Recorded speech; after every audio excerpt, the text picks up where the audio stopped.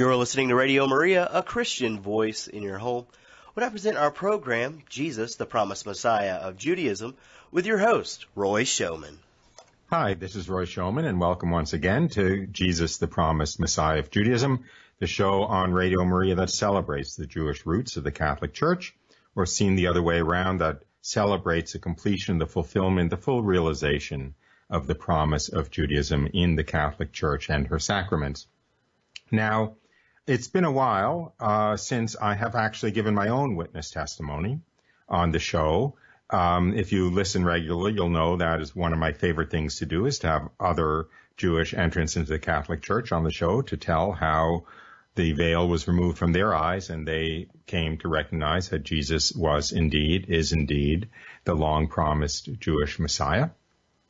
And so I thought I would use today's show to actually play a recent witness testimony that I gave at a parish mission. And my plan is to stop about halfway through to take any calls. So if you have any questions or comments, I suggest that you call in at about 25 minutes past the hour. The number here is 866-333-6279 or 866-333-MARY, M-A-R-Y. And I'll be happy to take the calls and answer your questions before going back to the witness testimony. And so I'll just begin that recording of that witness testimony in a few moments. It's up, by the way, in video on YouTube if you're interested. At the end of the show, I'll give that address. And also, let me just say before I begin that another thing that I'd really like to do is lead pilgrimages to the Holy Land, Catholic pilgrimages with a little flavor of Old Testament also, the Jewish roots of the Catholic faith and the elements of Old Testament pilgrimage sites, for instance, the Jacob's Well and perhaps the tomb of Joseph or the tomb of the patriarchs and so forth in Israel while we're there also. And we still do have some spaces left on the pilgrimage, which is going shortly after Easter in 2018. It leaves on April 17th, running to the 28th. And if you're interested in finding out more about it, I suggest sending me an email. The easiest email address to remember is haveroytalk@gmail.com. So it's just haveroytalk@gmail.com. And if you send me email, I'll be happy to send you the brochure and any necessary information for finding out more. But with that, let me play this witness testimony and of me and how I came to go from being a arrogant young Jewish Harvard Business School professor to being whatever it is that I am now, but certainly somebody who has their eye to maximizing my bank account in heaven rather than on earth. So with that, let me go to the witness testimony. And as I said, I will end it, or I will interrupt it in about 20 minutes if there are any calls that come in before going back to it. So here we are now. So without further ado, Roy Schoeman.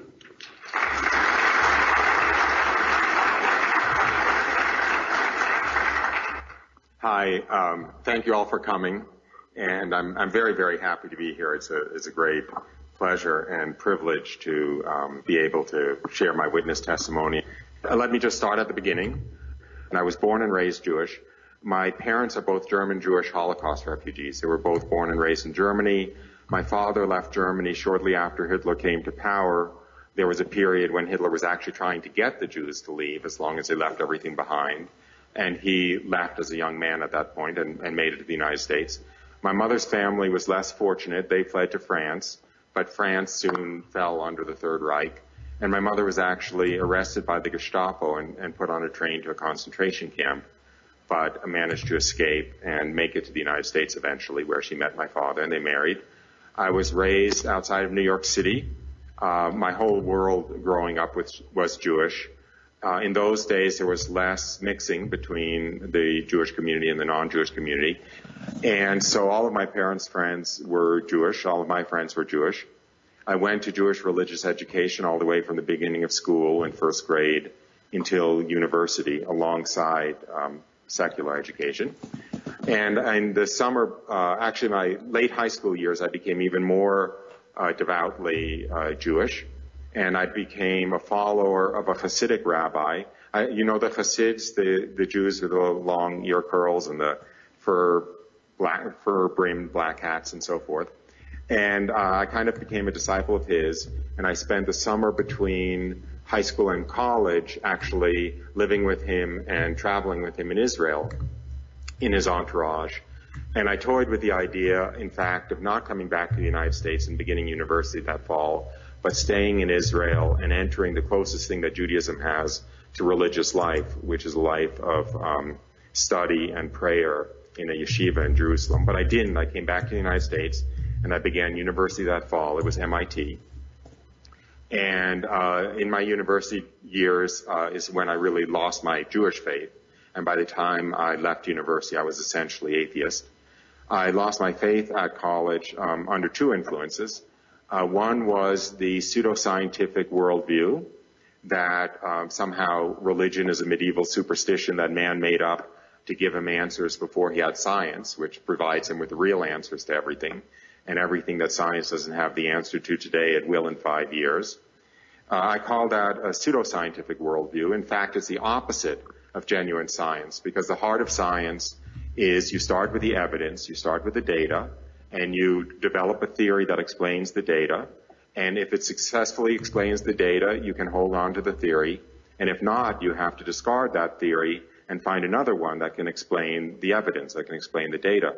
And in fact, all of the evidence is for the truths of the Catholic faith. There's lots and lots of scientific evidence that supports the Catholic faith. You only have to think of, even if you don't believe the story of Our Lady of Guadalupe, you have the fact of the tilma, right, of Juan Diego's tilma, which is made out of cactus cloth that has a 20 or 30 year life. It dates from the early 16th century. It's been around for 500 years.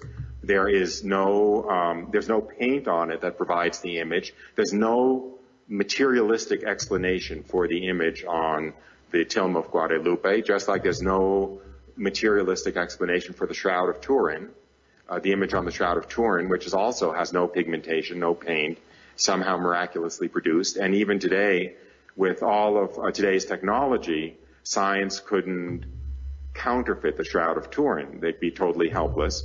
You have the miracle at Fatima, where the sun was seen to spin in the sky and crash to earth, seen by 70 to 100,000 witnesses, including atheists and skeptics and communists who had just come there to make fun of the ignorant peasants who thought a miracle would happen, but they saw it nonetheless, and so forth and so on. There's lots and lots of documented, materialistic, scientific evidence for the truths of the Catholic faith that materialism has no explanation for. So if one were to be true to the scientific attitude, one would have to throw away the materialistic hypothesis or theory or whatever in favor of a belief in God and, in fact, a belief in a lot of aspects of Catholicism.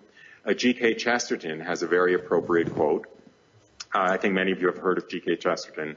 He was a British Christian writer of the first half of the 20th century. And he wrote, rightly or wrongly, those who believe in miracles believe in them on the basis of the evidence.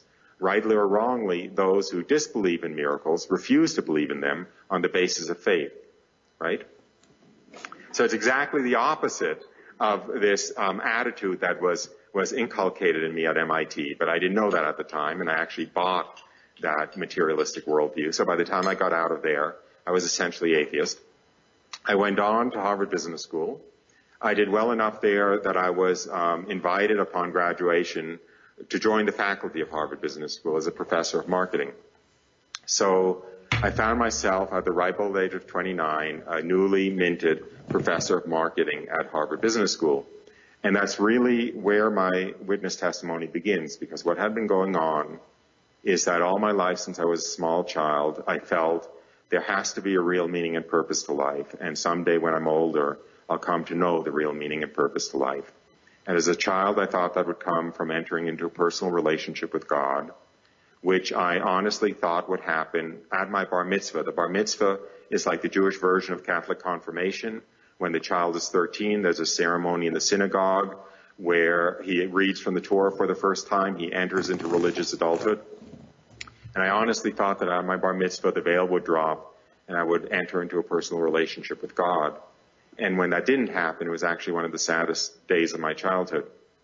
But then pretty soon, I decided that the real meaning and purpose of life would come when I got a driver's license, or when I left home, or when I got a girlfriend, or when I began MIT, or if I got into Harvard Business School, or when I began my career, and so forth. But here I was already far more successful in a secular career than I ever expected to be, being a professor at Harvard Business School. But life still had no meaning or purpose. But the difference was at this point that now there was nothing more I could look forward to in the future that I might imagine might give my life meaning and purpose, because there was no other greater success out there that I could imagine would give my life the meaning it didn't have. So I actually fell into the deepest despair of my life at that point, kind of existential despair. Life had no meaning. We're just a chemical accident. Lightning hit an amino acid soup 5 billion years ago, and somehow we sprang out of it, and we live for 80 or 90 or 100 years, and then we die, and that's it, and just no meaning or purpose to anything. And it was in that despair that I received the single most spectacular grace of my life. I was walking early one morning in a beautiful spot of nature. At the time, I lived in Cambridge, Massachusetts, and this happened on Cape Cod. Cape Cod, I don't know, some of you, I'm sure, know of it, but it's a lot of it is national seashore. It's a beautiful little spit of land that sticks out into the Atlantic Ocean with a lot of sand dunes and pine woods and so forth. And I was just alone in a nature preserve there, walking in the low pine woods behind the sand dunes early one morning, lost in my thoughts, long since having given up on any idea of God, when from one moment to the next, the veil between earth and heaven disappeared, and I found myself in the presence of God, very knowingly in the presence of God, seeing my life as I would see it after I died and was looking back over my life in the presence of God. And I saw everything and I understood everything in the way I would in the presence of God after death. And I saw that my two greatest regrets after I died would be, number one, all of the time and energy I had wasted worrying about not being loved, when every moment of my existence I was held in an ocean of love greater than I ever imagined could exist, coming from an all-knowing, all-loving God. And the other great regret would be every hour that I had wasted doing nothing of value in the eyes of heaven. I saw that it was all true, that we live forever, that every action has a moral content that is observed and recorded and weighed in the balance and recorded for all eternity, that every right decision we make, every right moral action that we make will very literally be benefiting us for all eternity, and every lost opportunity, every moment in which we don't do something that we could do, that's the valley in the eyes of heaven, would be a lost opportunity for all eternity. I saw how wrong I had been all my life. I had kind of been living my life looking in the rearview mirror, saying to myself, if only that hadn't happened to me, then I would be happy today, or if only that hadn't happened to me, then I would be happy today. And that nothing could be further from the truth, that everything that had ever happened to me had been the most perfect thing that could have been arranged, coming from the hands of an all-knowing, all-loving God, not only including those things that had caused the most suffering at the time, that I had thought of as the greatest disasters at the time, but especially those things that had caused the most suffering at the time. I saw, and this was by far the most astounding single aspect of this experience, the most moving single aspect. I saw that not only had this God, the God who not only created all that exists, but created existence itself, been watching over me every moment of my life since conception and controlling everything that happened to me at every moment to be the most perfect thing that could happen to me, but that he had known how I was feeling at every moment and cared about how I was feeling at every moment, to the point that in a very real way he was made happy by everything that made me happy and was made sad by everything that made me sad, and he had been watching over me and caring about me every moment of my existence as though I were the only creature he had ever created, as though I was the purpose of all of creation. And to come into that awareness, this had nothing to do with my understanding of God, being Jewish growing up. Just to come into that awareness was the most earth-shattering aspect of this experience. At the time that this happened, all my life I did not know growing up what cradle Catholics know just from the Penny Catechism growing up. So this was all entirely new to me. I didn't even know this in theory.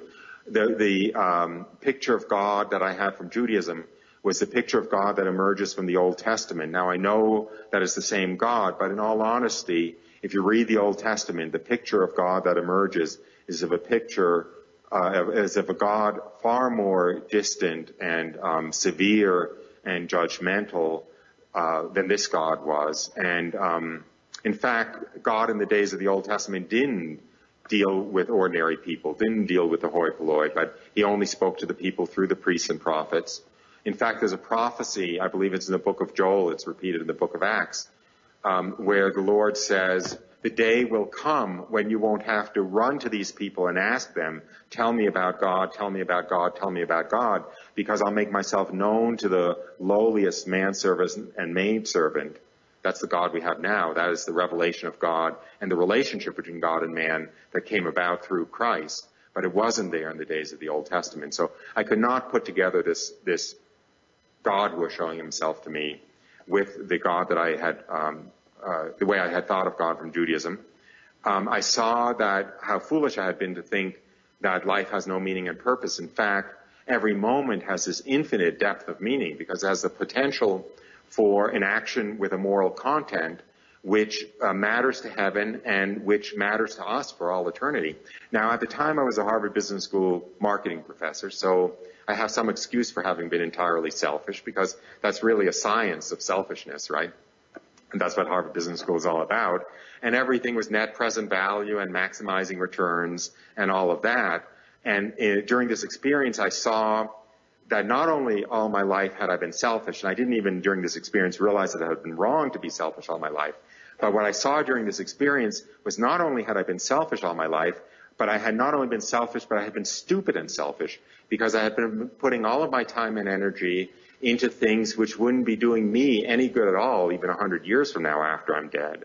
And if I want to be smart and selfish, the only thing that made sense was to try to be as great a saint as possible and build up as much treasure in heaven as possible, right? So the picture that I had at the time was it's as though I had spent all my life striving to accumulate this big pile of brightly colored Monopoly money when there was this huge pile of solid gold coins right next to it that I had been ignoring, which would be treasure in heaven. I'm just trying to think of what I should talk about. While this experience was happening, I was still walking during this experience. I still saw the physical world around me, but behind, it's like the physical world had become this semi-transparent veil. I don't know if you've ever had this experience, but sometimes if you go to the theater, I know I've had this when I go to the ballet, sometimes you'll be there, you'll be in the theater, the house lights will be on, there'll be a curtain in front of the stage, and you just see the front of the curtain. And then the house lights will go down, they'll shine spotlights on the front of the curtain, you'll still just see the curtain, and then they'll dim the spotlights on the front of the curtain, and they'll raise the stage lights behind the curtain, and all of a sudden this curtain becomes almost transparent, and you see the actors on the stage, or you see the dancers on the stage, and that's what this was like. It was like, I still saw the physical world around me, but it had become almost transparent and inconsequential, and behind it I saw the spiritual world, which was really the solid thing and the real thing and the thing that mattered. And while this was happening, I wasn't surprised that I could see the spiritual world behind the physical world. The only thing that surprised me was that I could ever have been blind to it and not seen it, because it is so much more real and more solid and more substantial than this physical world. And it never occurred to me that I could ever become blind to it again. So I was still walking, and so I prayed as I walked, because of course by now I knew that the meaning and purpose of my life was to worship and serve my Lord and Master and God, who was revealing himself to me and who had watched over me with such tender loving care and so forth. And so I prayed, let me know your name so I know what religion to worship and serve you properly. I don't mind if you're Buddha and I have to become a Buddhist. I don't mind if you're Krishna and I have to become Hindu. I don't mind if you're Apollo and I have to become a Roman pagan, as long as you're not Christ and I have to become Christian. And I very literally prayed that, and I think that some of you may understand where that was coming from, but, it's the attitude that I had grown up with, that I almost got with my mother's milk, that Christianity was the great enemy of the Jews, that it was the cause of all of the persecution of the Jews for the last 2,000 years, and so forth. And anyway, he respected that prayer, and he didn't reveal his name to me, and obviously I wasn't ready to hear it, or I wouldn't have said it. But I went back home. The state of awareness, the state of consciousness, slowly faded. It faded when I started running across other people. The morning was going on, of course, and as it got later, some other, my paths would cross with other people and so forth. And each time I crossed the paths with another person, like my state of consciousness, would drop a notch. And so the state of awareness faded slowly. But I went back home to Cambridge, happy for the first time since childhood. I knew it was all true. I knew we lived forever. I knew there was never any reason to be anxious about anything. I knew that there was this infinite meaning and purpose to life, and I basically just immediately transformed my Harvard Business School selfishness into a kind of pseudo-Catholic selfishness of wanting to amass as much treasure in heaven as possible and do everything I could to worship and serve my Lord and Master and God who had revealed himself to me. I instantly lost interest, by the way, in teaching Harvard MBAs how to make a little more money, and over the course of the next few years, I was no longer quite as welcome at Harvard Business School as I had been. But so I got back home, happy for the first time since childhood, walking on air. You guys don't know, I hope you don't know because you grew up Catholic, but, it's hard to even imagine what it's like to really believe that life has no meaning or purpose, that we live for 70 or 80 years, we die, and that's it. And that's the situation almost everyone else out there is in. It's just, compared to that, I had to be walking on air. Compared to that, it's like, I can't put it in words, but nothing else mattered. And as a matter of fact, nothing else does matter, by the way. I'll tell you a secret. We live forever. We are going to live for all eternity. 100 million years from now won't be a drop in the bucket. That is true. What that 100 million years or 100 billion years or all eternity is going to be like is going to be fixed in concrete at the moment we die. It is going to be determined by how we spend this very short period on earth, this 60 or 70 or 80 or 100 or maybe 110 years on earth. Blink of an eye, but what we do in that 100 years is going to define our eternity. It is going to define our state for more than hundreds and millions of years. And, please God, we all make it to heaven. But even if we all make it to heaven, our enjoyment of heaven is going to be perfect relative to ourselves. But our enjoyment of heaven is not going to be equal with everyone else in heaven. Everyone in heaven has a different degree of glory. And I just came across yesterday a beautiful quote from St. Faustina from her diary, which I forgot again to bring tonight. You know St. Faustina's diary? She was a Polish nun. She had a lot of visions of Jesus who spoke to her.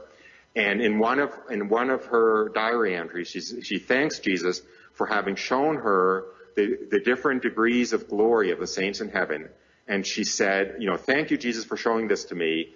I now understand I would undergo all of the sufferings of all of the martyrs in history combined in order to earn one more degree of glory in heaven.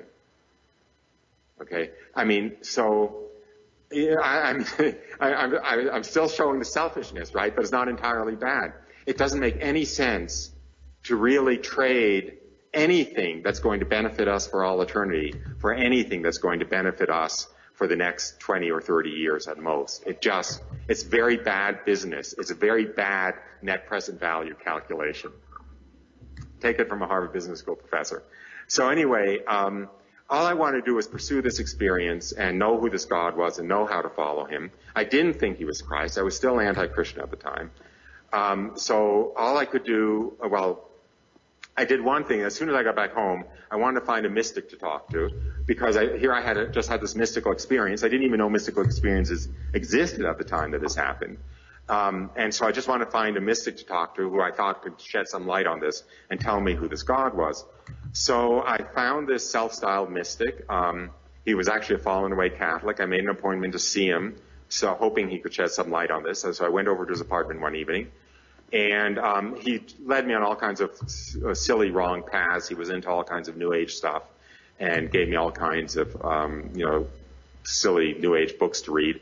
But one good thing happened when I was in his apartment, which was at one point he went in the kitchen to make us a cup of tea and left me alone in the living room. And on his coffee table, he had this big coffee table picture book called something like the 100 Greatest Miracles of Modern Times. And I just leafed through the book while I was waiting for him to come back with the tea.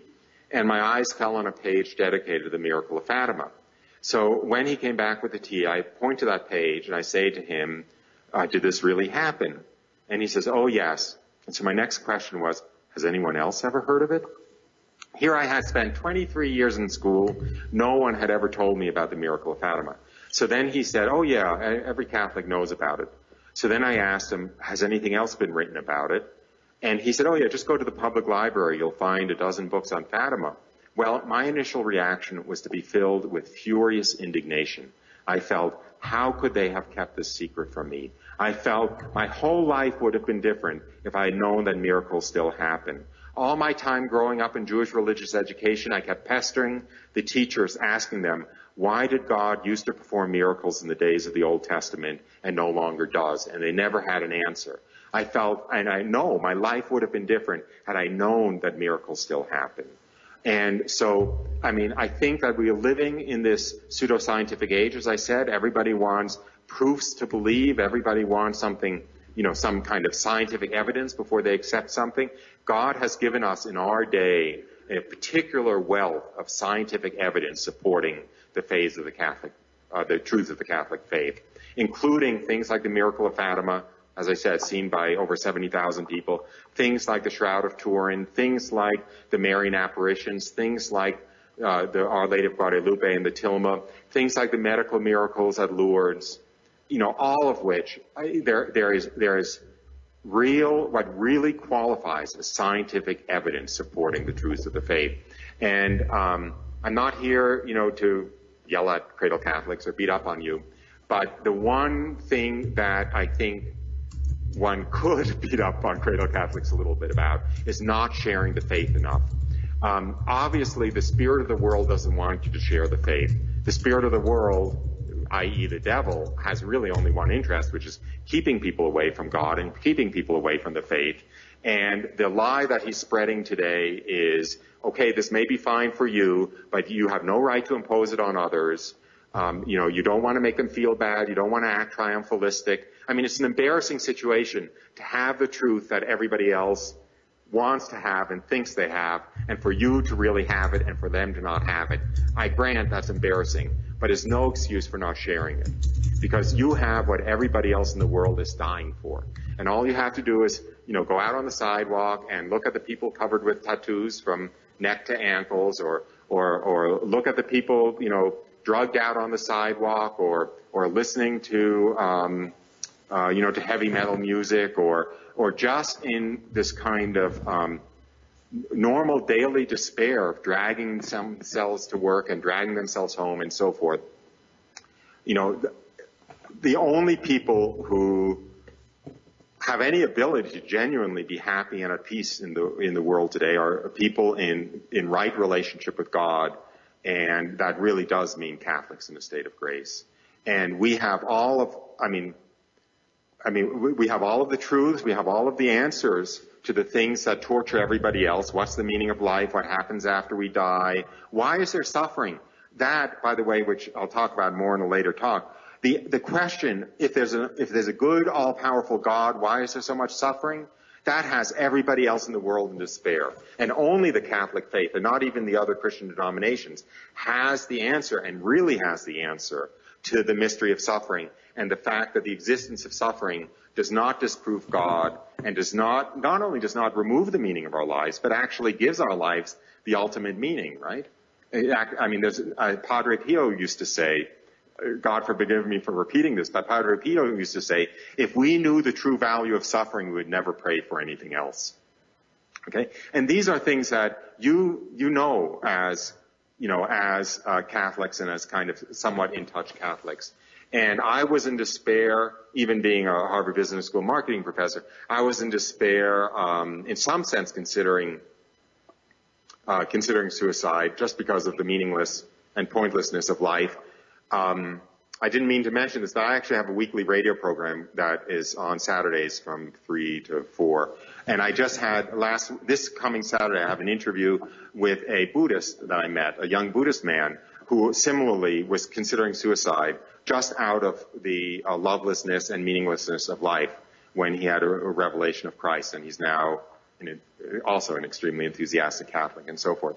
So anyway, don't keep it secret, and don't think that you're not. The greatest favor you can ever do to anybody is to share your faith with them. And you don't have to beat them over the head with it, and you don't have to be telling them, and I know that you wouldn't tell them, you're wrong and I'm right.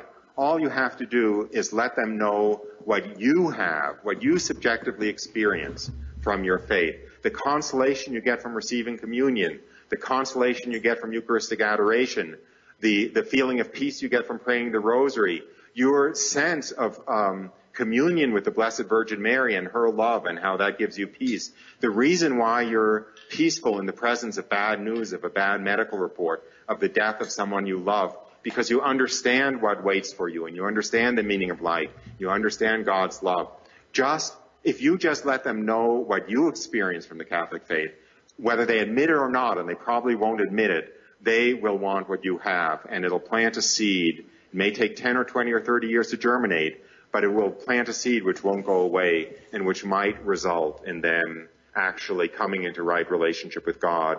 And it actually might make the difference, at least in some case, of the difference between them being saved or them being lost forever.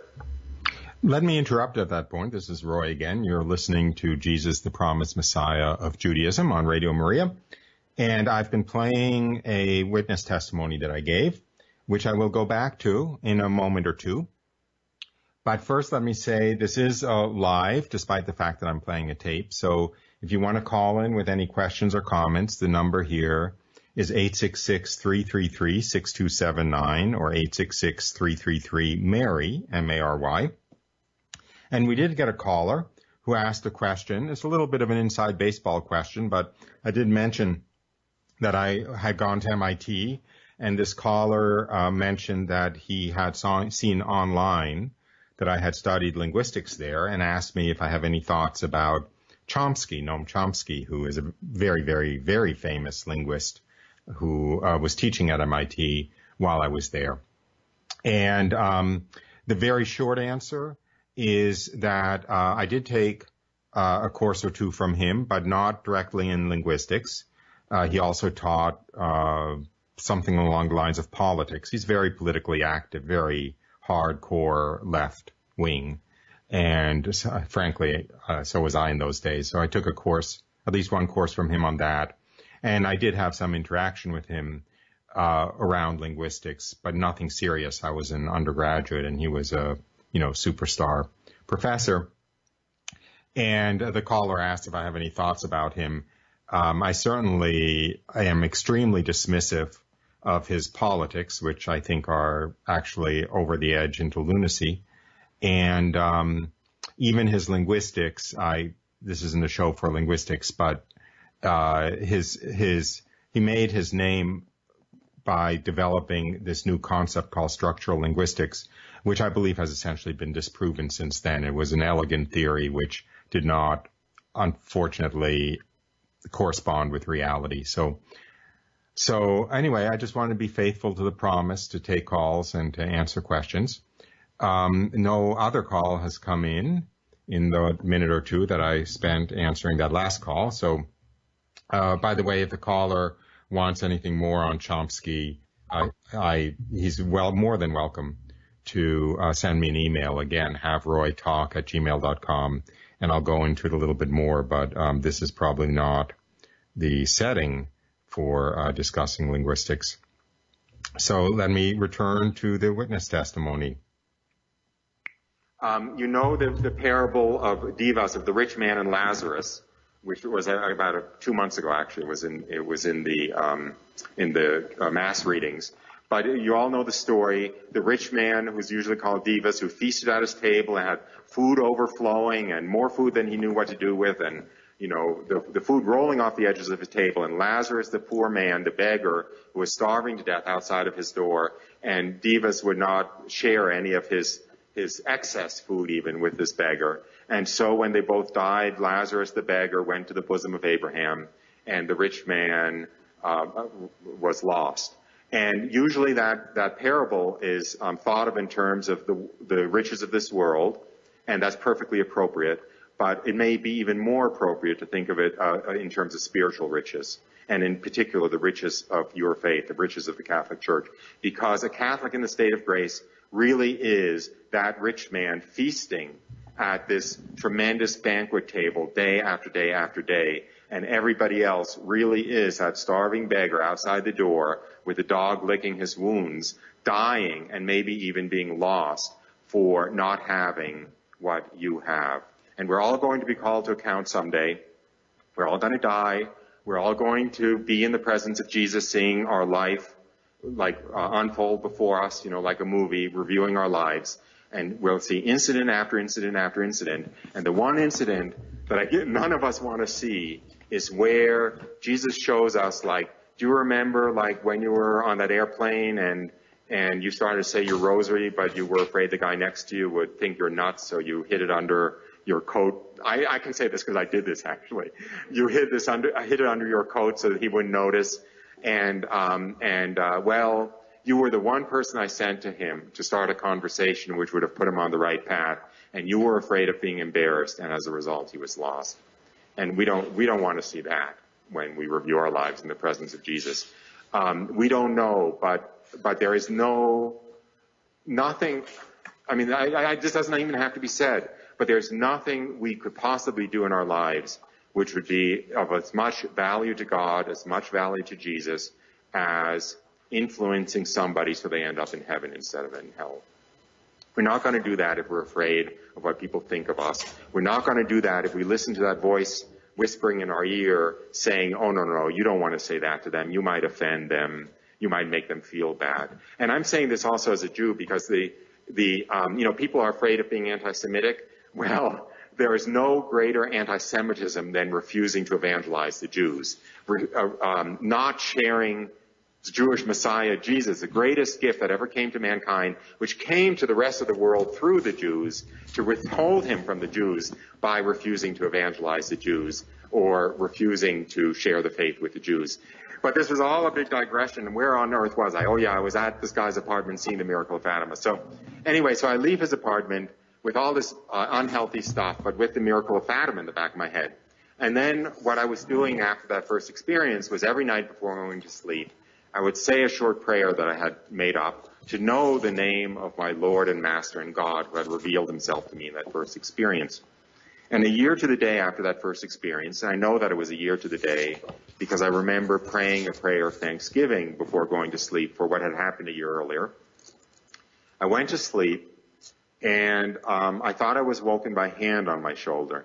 Now, I now understand that my body was still asleep in bed, and if there was a camera in the room, it would have shown me sleeping in bed. But I experienced it as though I was awakened, and my memory represents it as though I was awake. So I can only describe it as I experienced it, which was that I was woken up by a hand on my shoulder and led to a room and left alone with the most beautiful young woman I could ever imagine. And I knew without being told that it was the Blessed Virgin Mary.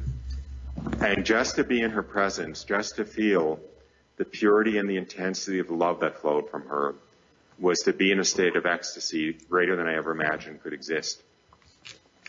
And as beautiful as she was to look at, and as moving as that was, even more powerfully affecting was the sound of her voice, the beauty of her voice, which carried the essence of music, whatever makes music, music. And it just flowed through me, carrying this essence of music and pure love, and it just lifted my soul up to the state of ecstasy. And when I found myself in her presence, all I wanted to do was throw myself on my knees and somehow honor her appropriately.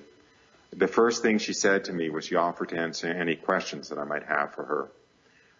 The first thought that crossed my mind was to ask her to teach me the Hail Mary, because I just wanted to honor her somehow appropriately.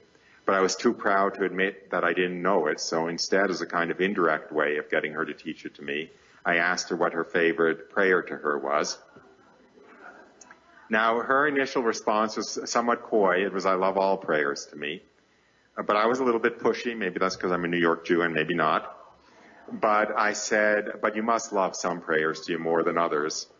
And she relented and she recited a prayer, but it was in Portuguese and I didn't know any Portuguese. So all I could do was make the effort to remember the first few syllables phonetically. And the next morning when I woke up, I wrote them down phonetically. And later when I met a Portuguese Catholic woman, I asked her to recite all of the Marian prayers in Portuguese so I could try to identify it. And to the best of my ability, I identified it as, "O Mary, conceived without sin, pray for us who have recourse to thee." I asked her about 5 or 6 other questions. I remember the feeling of standing there, weighing different questions in my mind. What about this? What about that? That's stupid. I won't ask that. Oh, that's not too bad. I'll ask that. I'll mention the better questions now. Some of them were pretty embarrassing.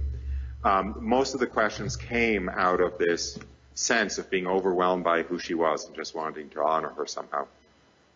By the way, I will say, she spoke to me. I mean, I heard her voice, her answers, her spoken answers, but there were also things that just flowed into my mind, a kind of intellectual vision that came during this experience. And the first experience also, by the way, was intellectual vision.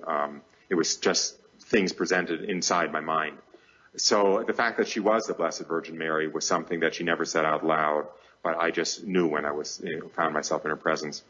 Anyway, so out of this desire to somehow honor her, at one point, it was more of an exclamation than actually a question, but I said, "How can it be? How is it possible? How can it be that you're so glorious, that you're so magnificent, that you're so exalted? How can it be?" And her response was just to look down at me almost pityingly and shake her head gently. And she said, "Oh no, you don't understand. You don't understand anything. I'm nothing. I'm a creature. I'm a created thing. He's everything." And then again, out of this desire to somehow honor her appropriately, I asked her what her favorite title for herself was. And her response was, "I am the beloved daughter of the Father, mother of the Son, and spouse of the Spirit." And then maybe this is the last question and answer I'll mention, but by now I figured out if this was the Blessed Virgin Mary, it had been Christ in that earlier experience, and this was all about Christianity, and I'd better get up to speed pretty quick. And all my life I had heard the expression, the Holy Spirit, and I didn't have any idea what it meant.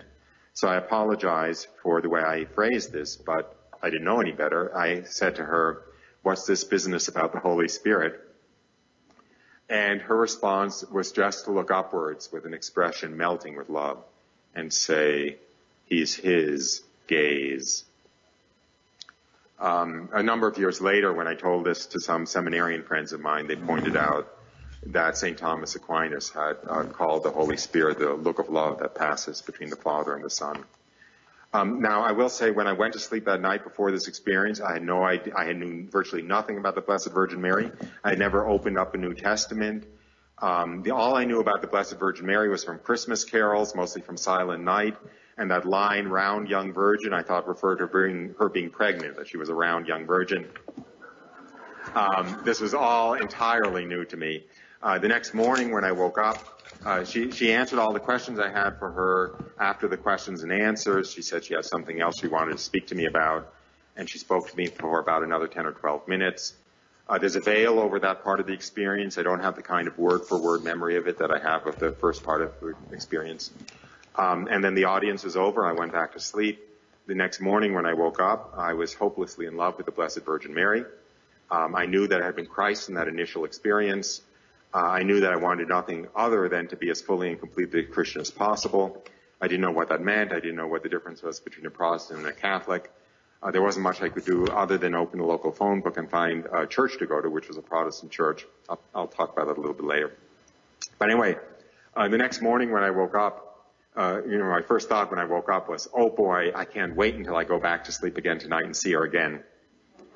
Because I honestly thought that it would happen. When it didn't happen, I said to myself the next morning, oh well, it's bound to happen at least once a week. Of course, it didn't happen, then at least once a month. By the time I realized it would never happen again, the experience had faded to the point where I could accept the rest of life, going on living another 60 or 70 years without ever seeing her again. But if I had woken up the morning after that experience and known that I would have had to go 70 years stuck on Earth without ever seeing her again, I don't know how I could have faced it. It was like, vibrant three-dimensional color versus, flat black and white cardboard world. Just the love and the intensity of existence in her presence. So I really think it was a great grace that I did not understand that at the time that it wouldn't happen again. But anyway, so I started. I wanted to be as fully Christian as possible. I started going to this Protestant church. As soon as I knew the pastor a little bit, I kind of shyly asked him, "What about the Blessed Virgin Mary?" And when he answered without the respect that I knew that she deserved, I knew this was no place for me. And the other thing that was happening in those days was I was spending all my free time hanging out at Marian shrines. And in particular, there was a shrine to Our Lady of La Salette, not far from my house. Our Lady of La Salette was a Marian apparition high in the French Alps. It's, by the way, totally church approved. High in the French Alps in 1846. It was a one-time apparition. The Blessed Virgin Mary appeared to a couple of shepherd children, a little bit like Fatima.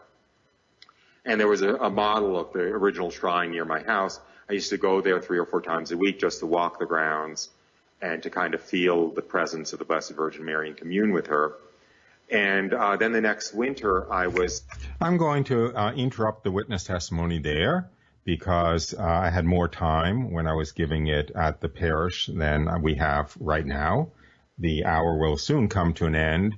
To cut to the chase, so to speak, to cut to the finish line, obviously, given that I was in love with the Blessed Virgin Mary, and perhaps even more centrally, that I knew from that experience that I had with her, the role she played. I understood from that experience directly that she was the intermediary between the divinity and humanity, that although, as she said, she was just a creature, that she was nothing, that God was everything, nonetheless, I saw how all of the graces that flow from the Godhead into humankind flow through the Blessed Virgin Mary. And that understanding and that certainty of that knowledge led me pretty directly into the Catholic Church. At which point I was baptized and have since, obviously, maintained that conviction. This all took place, it's probably pushing 30 years ago, maybe slightly under 30 years ago, and it certainly hasn't been compromised, I hope. So, because when it happened, for instance, my parents, who of course were still Jewish, were very upset, and they were hoping that I would grow out of it, or, that it was a passing phase. So it definitely wasn't a passing phase, thank God. Let me just close the show. I only have about 2 or 3 more minutes. So I thought I'd close the show with a couple of quotes from other Jews who entered the Catholic Church, because of course, from our perspective, that is of Jews in the Catholic Church, this isn't a conversion. We went from being Jews who had failed to recognize the Jewish Messiah when he came to Jews who did recognize the Jewish Messiah and who became followers of the Jewish Messiah. So in fact, we were just basically going from Jews who had missed the boat to Jews who jumped on the boat and were sailing with it in the presence of the Jewish Messiah. So rather than having stopped being Jewish, we actually, I will argue, became more Jewish than ever. And that is the universal understanding of Jews who have entered the church. So let me read a short quote from Cardinal Archbishop Lustiger, who was the Cardinal Archbishop of Paris until he passed away a few years ago. He was a Jewish convert. And he recounts that, I'll directly quote from him now, "I explained to my father that baptism would not make me abandon my Jewish condition. Quite the contrary. It would lead me to find it, to receive the fullness of its meaning. I did not have the feeling that I was betraying my heritage or abandoning anything whatsoever, just the opposite. I felt that I was going to find the import, the meaning of what I had received at birth. I did nothing more than begin to enjoy the heritage that had been promised to me. Amen. So that's why the show is called Jesus, the Promised Messiah of Judaism, because he was the promised Messiah of Judaism. And again, back to Lustiger, Christianity is the continuation of Judaism. Christianity is the fruit of Judaism. Until the Messiah's coming in glory, the Jew remains, and he remains a Jew, whether he is Christian or not. And that's why, pedantically speaking, I consider myself a Jew in the Catholic Church. And however, I am incredibly grateful to, needless to say, the Catholic Church and to the majority of the Catholic Church, who are Gentiles, for having kept the flame burning for those 2,000 years until I got on the right boat. So with that, let me sign off for today. You've been listening to Jesus, the Promised Messiah of Judaism on Radio Maria. You've been listening to Roy Schoeman, your host, a grateful and enthusiastic, I hope, Jewish entrant into the Catholic Church. At the very start of the show, I mentioned that I am leading a pilgrimage, a fundamentally Catholic pilgrimage, to the Holy Land in April. If you're interested in more details, the email address is haveroytalk@gmail.com. And with that, I'll say goodbye, and I hope you join us again next week on Jesus, the Promised Messiah of Judaism on Radio Maria. Bye for now.